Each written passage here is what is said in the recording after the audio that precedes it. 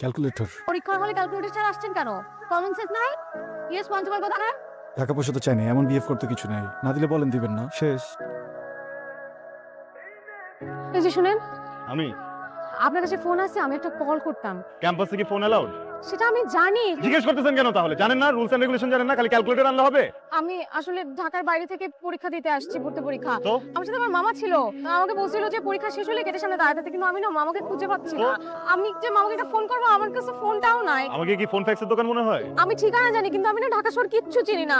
আপনি মামা না আসা পর্যন্ত আমার সাথে একটু অপেক্ষা করবেন প্লিজ। দারোয়ান রাখছেন নাকি আপনার মামা আমাকে দারোয়ান রাখছে? দেখেন তো আমাকে কোনো অ্যাঙ্গেলে কি দারোয়ান মনে হয়? মানুষের সাথে ফার্স্ট ইমপ্রেশনে কোনো মিসবিহেভ করতে না, বুঝছেন? এখন ফার্স্টের না ক্যালকুলেটর আনতে পারে না, খ্যাত। গ্রামে গ্রামে পরীক্ষা দিবেন, এখানে কেন পরীক্ষা দিতে আসেন আপনি? শহর না চিনলে? কি ব্যাপার, আপনি কান্না করতেছেন কেন?